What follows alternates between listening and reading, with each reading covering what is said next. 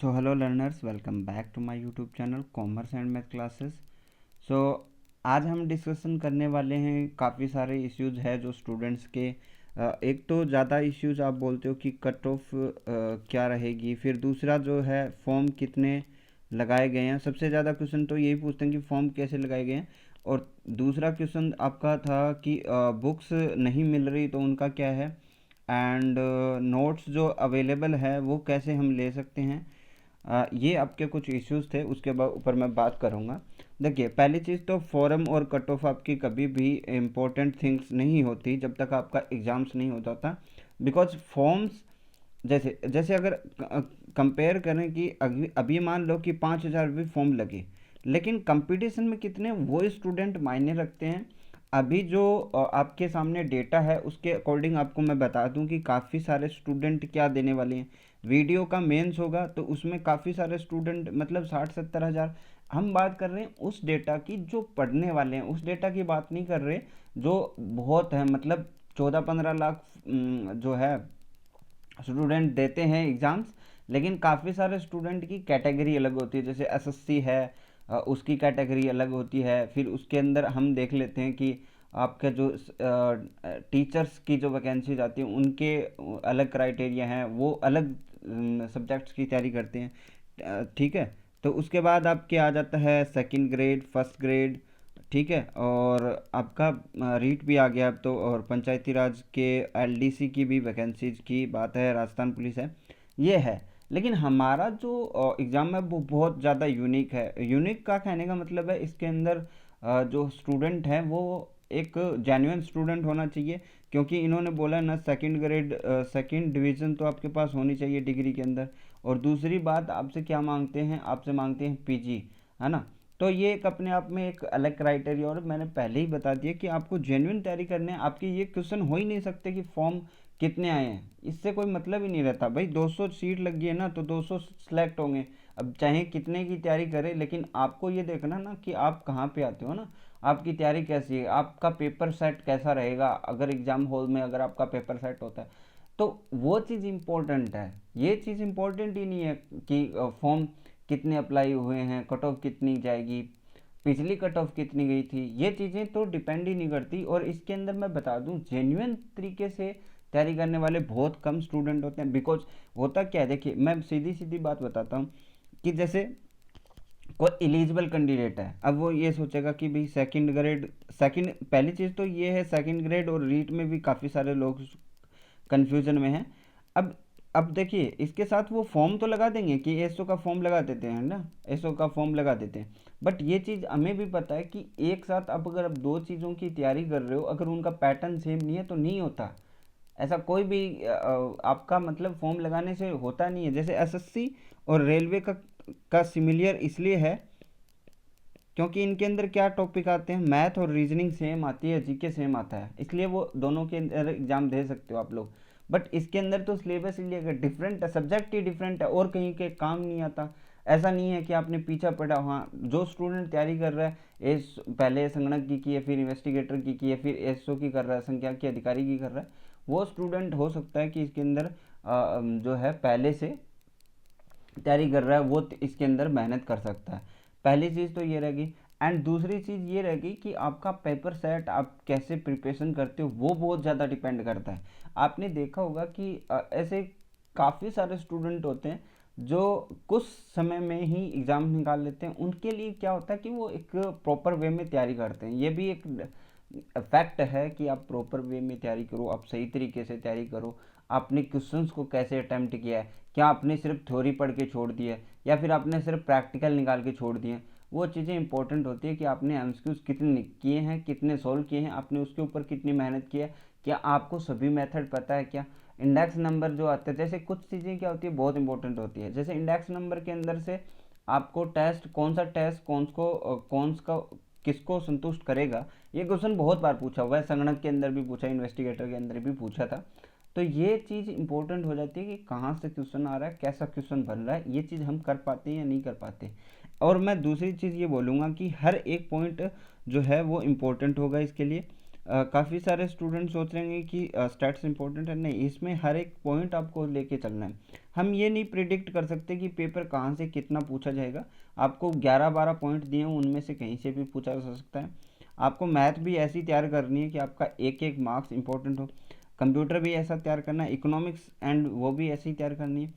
अब दूसरी बात ये, काफ़ी सारे स्टूडेंट बोलते हैं कि वैकेंसीज कम है। ये भी इम्पोर्टेंट नहीं रखता, बिकॉज वैकेंसीज कितनी भी ज़्यादा हो, आपको क्या लगता है कि 10,000 वैकेंसीज आई थी RSSB LDC के अंदर, तो जिसने तैयारी की उन्हीं का उसके अंदर हुआ, क्योंकि फॉर्म भी 10 लाख लगे ना, तो बाहर तो 9,90,000 हो ही रहे हैं ना। अभी रीट का देखिए, रीट में 7.5 लाख तो उन्होंने सेकंड लेवल में पास किए हैं। 7.5 लाख का डेटा है ना, इन्होंने पास किया है, जिनको प्रमाण पत्र मिलेगा। 55% और 60% का क्राइटेरिया था, है ना। इसमें आपको फैक्ट है। अब 31,000 वैकेंसीज है, उसमें निकाल लीजिए, काफ़ी सारे बाहर होंगे, बट मेहनत किसने की, किसके नंबर ज़्यादा है, वो चीज़ इंपॉर्टेंट रखती है। अब मैं कुछ स्टूडेंट को ऐसे को भी जानता हूँ जिन्होंने पटवारी के अंदर भी अच्छा स्कोर कर रखा है, वीडियो के अंदर भी अच्छा स्कोर कर रहा है, और रीट के अंदर भी अच्छा स्कोर कर रहा है, बिकॉज उनकी तैयारी अच्छी है। ये आप मान के चलिए कि मैं अच्छी कर सकता हूँ, तभी आप अच्छे बन पाओगे। अदरवाइज आपको ये लगता है कि मैं एवरेज का स्टूडेंट हूँ, तो आप एवरेज ही रह जाओगे, बिकॉज आपको तैयारी करने के लिए थोड़ी सी आंखें और अपना जो वास्तविक जो चीज़ है, जो वास्तविक कार्य है, वो करना पड़ेगा, जो कि है स्टडी, है ना। आप ये कहते हैं ना, दूसरे को धोखा दे सकते हो, आप खुद को नहीं दे सकते। नोट्स की मैं लिंक डाल रहा हूँ नीचे। जिन स्टूडेंट को डाउनलोड करना है, वो डाउनलोड जो है उसको वहाँ से बाय कर सकते हैं। और उसके बाद मैं इसको 2 दिन के अंदर ये लिंक मैं हटा दूंगा वापस, बिकॉज ठीक है, आपको जिनको लेना होता है वो ले लेते हैं ना। और दूसरी बात, कोर्स का मैंने अभी तक कुछ भी नहीं किया है। कोर्स जब मैं शुरू करूँगा तो मैं आप लोगों को बता दूंगा, लिमिटेड सीट है, वही चीज़ है अपना, ठीक है। बिकॉज कोर्स के लिए ये होता है ना कि मेरे हिसाब से मैं 2 तरीके से चीज़ें करता हूँ। एक तो होता है फुल कोर्स ना, एक तो फुल कोर्स होता है, उसमें काफ़ी सारा टाइम लगता है, क्लासेस भी काफ़ी होती है, और उसमें सिर्फ ये होता है कि आप लोग अटैच हो जाते हो। जैसे कुछ चीज़ें आपको एक बार ओवरव्यू पता चल जाता ना कि कहाँ क्या पढ़ाया है, वो सारी चीज़ें कवर हो जाती है। दूसरा, मेरा मेन जो हमेशा फोकस रहता है वो एमसीक्यूज के ऊपर रहता है। एमसीक्यूज में क्या होता है कि 4 ऑप्शन होते हैं, उसमें हम अच्छे से बड़ा बता सकते हैं, कुछ पॉइंट छूटता नहीं है। जैसे कई बार क्या होता है कि कुछ जो इम्पोर्टेंट, जैसे मान लीजिए कोई स्टेटमेंट आ गया, ठीक है, कोई स्टेटमेंट है। अब ये हो रहता है ना कि हर स्टेटमेंट भी नहीं पढ़ा जा सकता और हर छोड़ा भी नहीं जा सकता, लेकिन जो पीछे के जो क्वेश्चन आए हैं, जो भी क्वेश्चन चल रहे हैं, मतलब काफ़ी जगहों पे काफ़ी सारे स्टैट्स के जो है क्वेश्चन होते रहते हैं, पेपर होते रहते हैं, उसके अंदर कोई भी स्टेटमेंट आ रहा है, क्या वो हमने डिस्कशन कर लिया, तब हमारा ये होता है कि हो जाता है। मुझे एक ही बैच याद आता है इन्वेस्टिगेटर के अंदर, संगणक के अंदर तो मैंने पढ़ा ही नहीं था। इन्वेस्टिगेटर के अंदर मैंने 2000 एमसीक्यूज की सीरीज शुरू की थी, उसमें हूबहू क्वेश्चन आए थे। इन्वेस्टिगेटर 2018 के आसपास हुआ था, 18 में संगणक हुआ था, ये आपका 19-20 में हुआ था, ठीक है। तो तब से मुझे ये लगता है कि भाई एमसीक्यूज हमें ज़्यादा से ज़्यादा करने चाहिए। एमसीक्यूज करने का तरीका वही होना चाहिए, 4 ऑप्शन, चारों का हमें पता होना चाहिए, हर इलेबरेट क्वेश्चंस को पूरी तरीके से सॉल्व करना चाहिए। तो हम ये मान लीजिए कि जैसे एक है, हमने सांख्यिकी का इंट्रोडक्शन चैप्टर उठाया, तो ज़्यादा से ज़्यादा उसमें 50-100 इतने क्वेश्चन बन सकते हैं। क्या हमने उन सबको डिस्कशन कर लिया तो मेरे हिसाब से नहीं छूटता। और ये भी हो जाता है कि हमें क्वेश्चन को कैसे लेना है, लैंग्वेज कैसे पढ़नी है ना। कई बार क्या होता है कि अभी जो क्वेश्चन आ रहे हैं, इस टाइप में जो क्वेश्चन आ रहे हैं, वो क्या पूछे जाते हैं, सुमेलित नहीं है, या फिर आपका असंगत कौन सा है, उसमें टिपिकल वर्ड देता है, ताकि जो स्टूडेंट है वो जो क्वेश्चन उसको आता है उसका आंसर, वो क्वेश्चन पे ऊपर ज़्यादा डिपेंड ना रखे, सीधा आंसर देके आंसर में टिक करे। जबकि वहाँ पे क्वेश्चन इंपॉर्टेंट होता है कि क्वेश्चन आप कितना अच्छे से पढ़ते हो, ठीक है।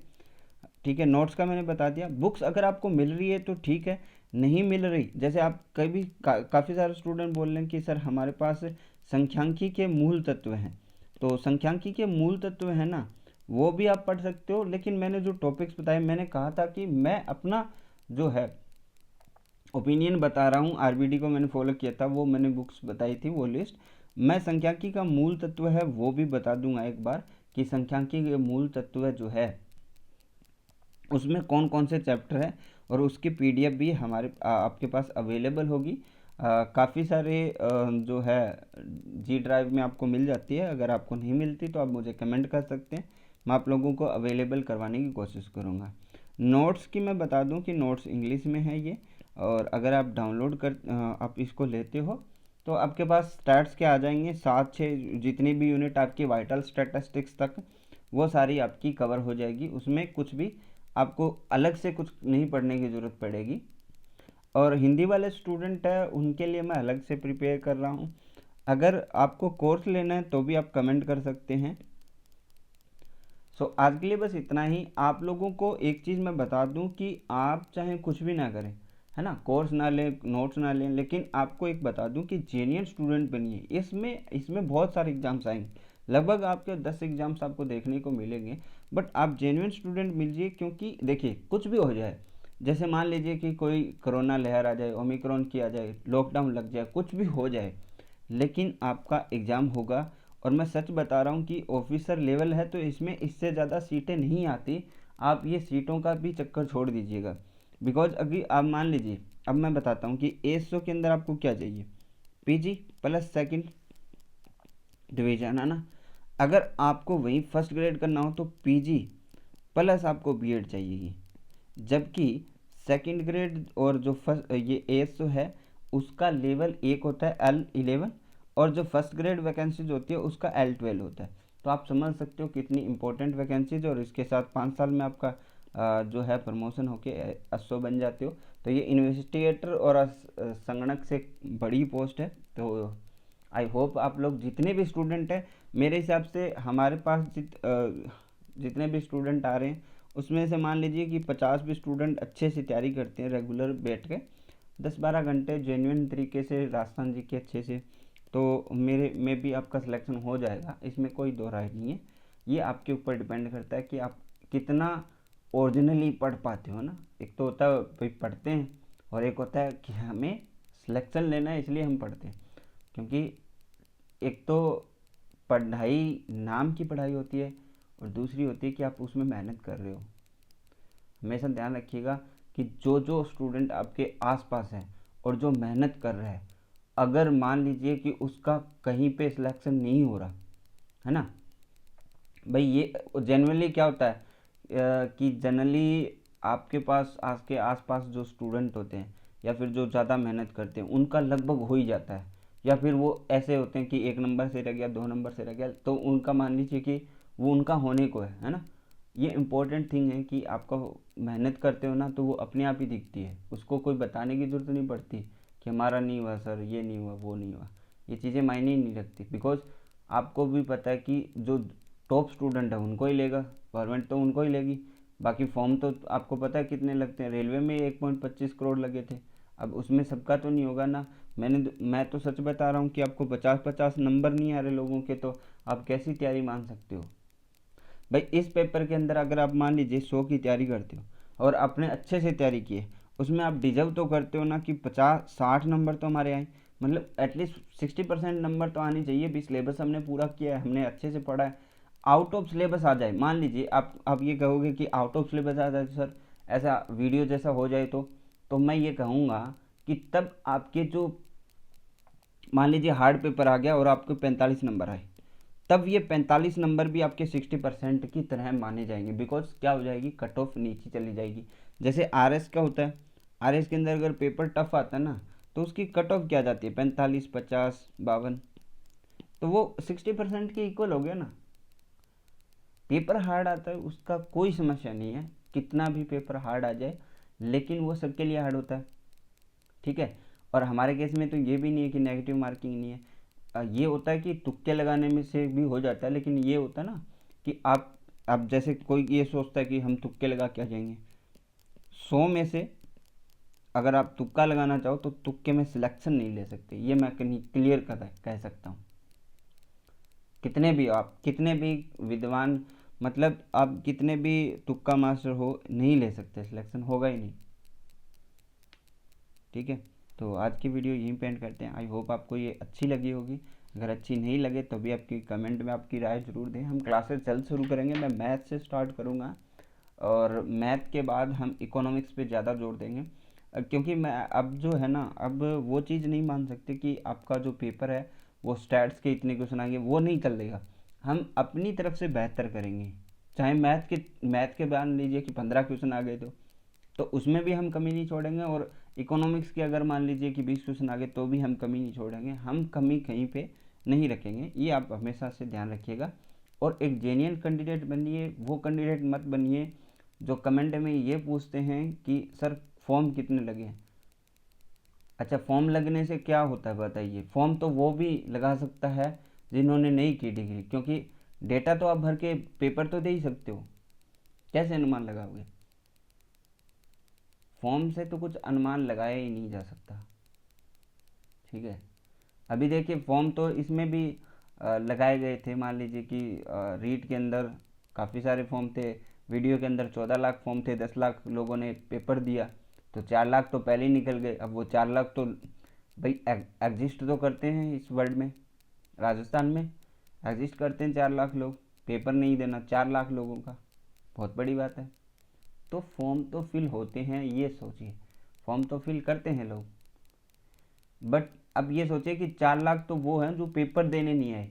अब ये सोचिए कि कुछ 4-5 लाख ऐसे होंगे जो सिर्फ पेपर ही देने गए थे, तैयारी नहीं की। तो इस चीज़ को आप विराम दीजिए, आप अपनी मेहनत पे विश्वास रखिए। आज के लिए बस इतना ही, थैंक यू।